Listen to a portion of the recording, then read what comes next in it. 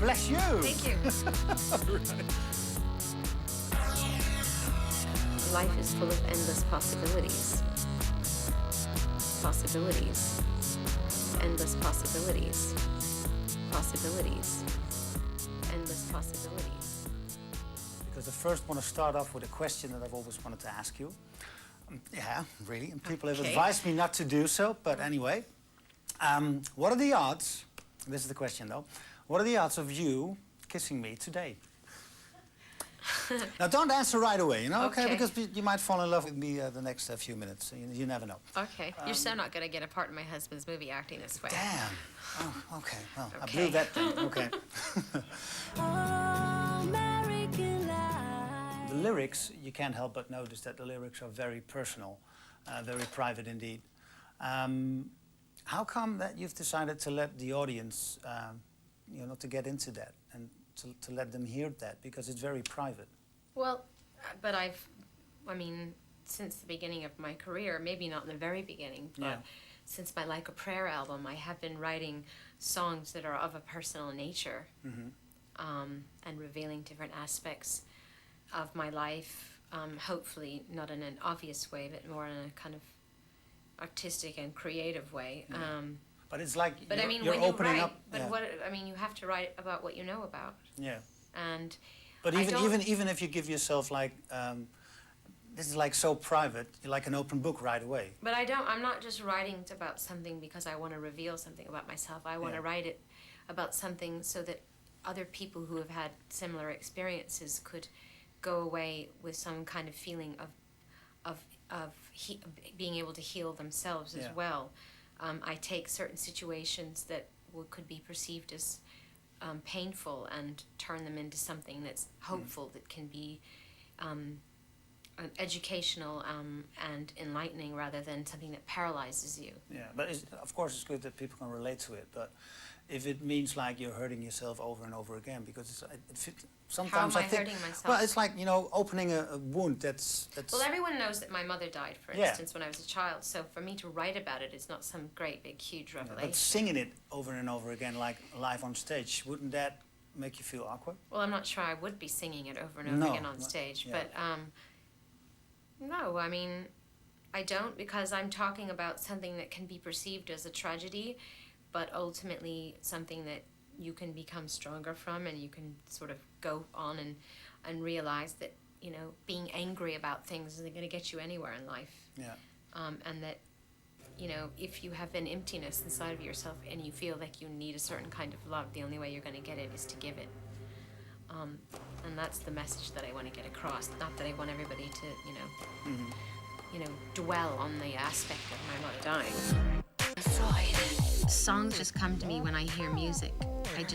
Something jars something in me, and I have an emotional reaction to it, and I just start writing. The first time that I heard the lyrics, I thought, my God, this woman's just had a midlife crisis, or even that she's been scrutinizing her life and looking back on it and thinking, I've been an ego-driven nutcase.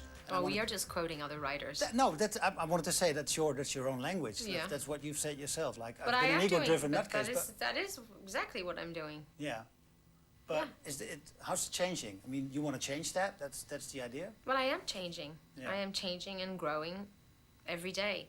And each time I, you know, make a record, it is a reflection of where I am at that period of my life. What I mean is, like, when you've just said from yourself, I'm like an ego-driven nutcase. By the way, you want to pull the plug. I would like to say that everyone on the planet is an ego-driven nutcase. And True. all the decisions that all of us make are based on our egos. So I I'm not agree, setting myself out. I got the idea you want to pull the plug from that. No, the idea is I'm saying, look, maybe you can see yourself in me. Yeah. I'm an ego-driven nutcase. Yeah. Maybe we can all take something from that, you know, because we're all ego-driven nutcases. Mm-hmm. And you know what? Being an ego-driven nutcase only gets you into trouble.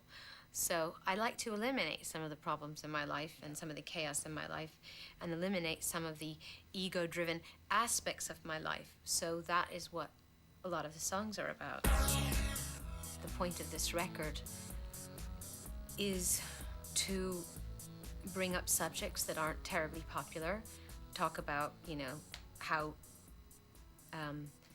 obsessed we are as a culture with superficial things, with the way things look, with the surface of life, and how we don't pay attention to what really matters in life, which is the way we treat one another, the kind of love and compassion that we show to one another. I mean, people don't, those kind of things aren't really focused on in our society. So what I'm trying to do is bring that up in my record. Yeah. I'm trying to inspire people. I'm trying to bring about unity in the world. I'm not just coming out with a record just for the sake of making a record so I can get more rich and more famous. So I would say now more than ever, I think twice before I do anything. I always think, is this a story that needs to be told? Is this going to help the human race? Is this going to inspire people? If it's not going to do those things, I don't want to do it. So there's the difference between now and the way I thought 5 years ago. How could it hurt you when it looks so good? That's like the illusion that we have, that because something looks beautiful, that it couldn't have a bad effect on you, you know? I try to keep working with interesting people, creative people, people who are hungry, people who are curious, people who are innovative,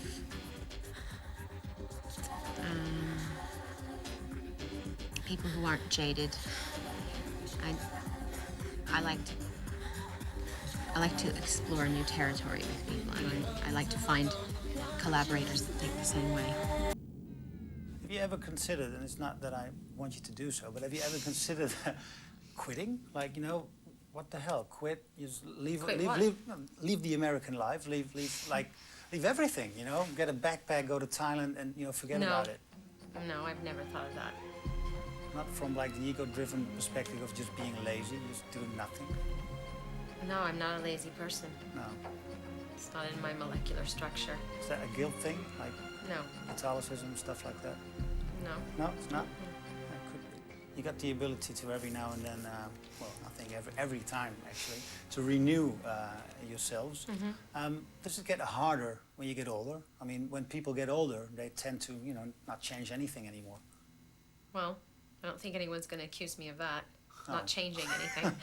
But I mean, does it get harder? Is it a tough job to do?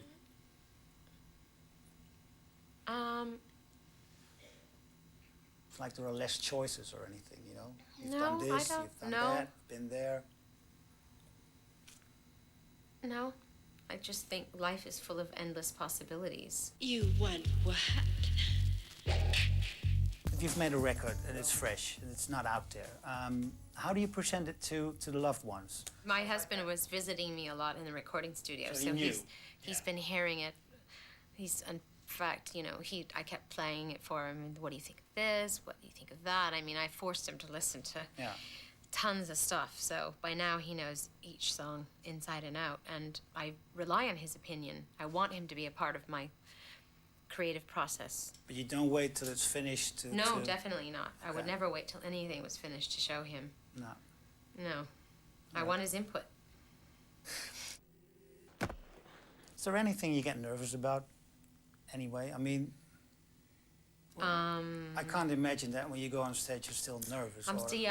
I'm nervous about playing guitar in front of people because Really? I don't know how to do it really well yet, so I get nervous about So doing the it. Letterman thing must have freaked you out. Oh my God. Completely. You were like naked on there. Yeah, definitely.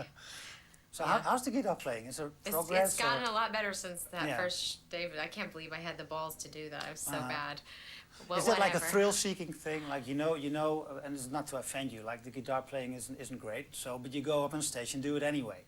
No, Is that no, like a thrill-seeking thing, or? No, it's about challenging myself. A lot of times you just have to face your fear, you know. It was a good experience for me because ultimately I had to play guitar on stage on my tour, so I kind of threw myself into the fire and I had to learn very quick, and that's good. It's a good thing. Is it one of those looks that you regret afterwards? That you think, oh my God, when I look at that now, or not even when you look at it now, because I got pictures of myself with mustaches. Horrible, but... Yeah, well, every 5 minutes. I mean, I'm always seeing pictures of myself and going, ugh, what was I thinking? But also from videos or looks or...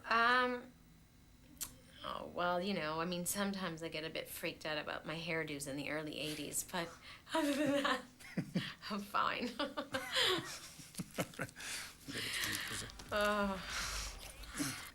You don't have to worry about hairdo issues, do you? No, I don't. You I no don't hair. have to do it anymore. I used to have very long hair though, but I shaved it all off, and this is great.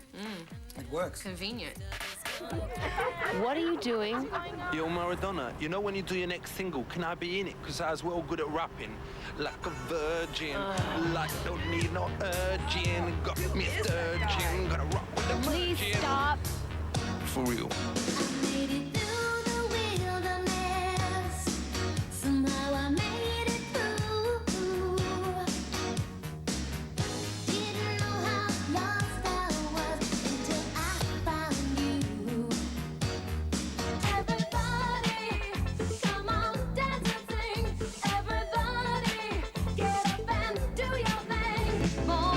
Do you ever question your own abilities?